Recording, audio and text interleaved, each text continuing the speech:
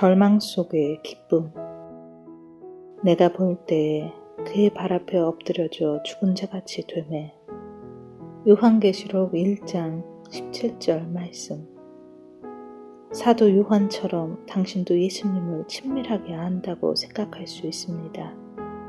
그런데 갑자기 주님께서 생소한 모습으로 나타나시면 그때 당신은 주님 발 앞에 죽은 자처럼 꿇어 엎드리게 됩니다. 때때로 하나님은 위험 가운데 자신을 계시하지 않으시면 안 될 때가 있습니다. 그럴 때 바로 이 장엄하신 주님의 모습은 당신을 절망 속에 기쁨으로 인도합니다. 만일 일어나게 된다면 오직 하나님의 손길에 의해 가능합니다. 그가 오른손을 얹고 그 장엄한 가운데 누군가 나를 만집니다. 바로 예수 그리스도의 오른손입니다. 강요나 견책이나 혼을 내는 손이 아니라 영존하시는 아버지의 오른손입니다. 그 손이 당신 위에 놓일 때마다 말로 형용할 수 없는 평강과 위로가 옵니다. 나를 붙잡고 위로하며 힘을 주시는 영원하신 손입니다.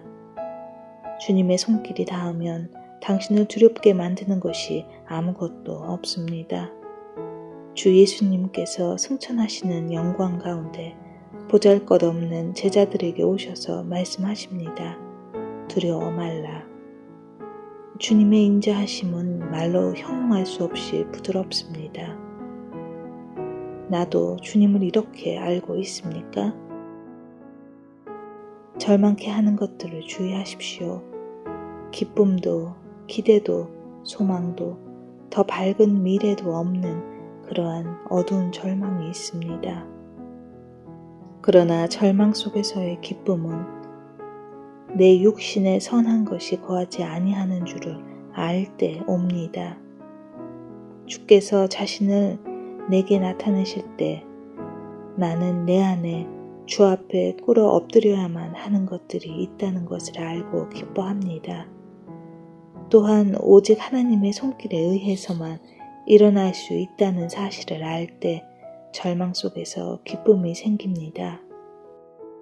하나님께서는 내가 나 자신을 향해 절망할 때까지는 나를 위해 아무것도 하실 수 없습니다.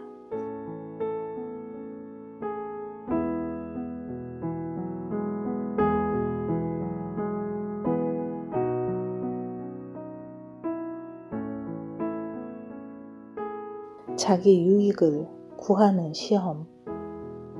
내가 좌하면 나는 우하고 내가 우하면 나는 좌하리라. 창세기 13장 9절 말씀.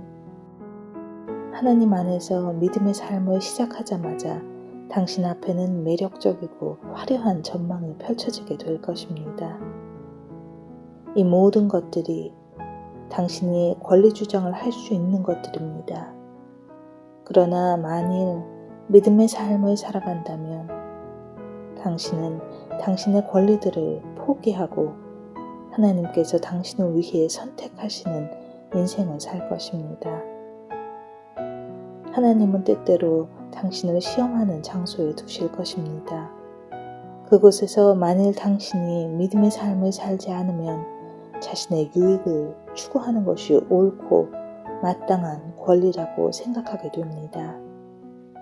그러나 그곳에서 믿음으로 살면 당신은 당신의 권리를 기쁘게 포기하고 하나님께서 당신을 위해 선택하시도록 허락할 것입니다. 이것이 하나님의 음성에 순종함으로써 자연적인 것을 영적인 것으로 변환시키는 훈련입니다. 우리의 삶이 내 권리에 의해 인도받을 때마다 그 삶은 영적으로 둔화됩니다. 믿음의 삶의 가장 큰 원수는 죄가 아니라 충만하지 못한 어설픈 선입니다. 이 선은 언제나 최상의 선의 원수입니다. 위의 말씀에서 세상적으로 볼 때 아브라함이 먼저 선택을 하는 것이 가장 지혜롭게 보입니다. 분명 먼저 선택하는 것은 아브라함의 권리였습니다. 주변 사람들은 아브라함이 먼저 선택할 수 있는 권리를 주장하지 않은 모습을 보고 어리석은 자라고 생각했을 것입니다.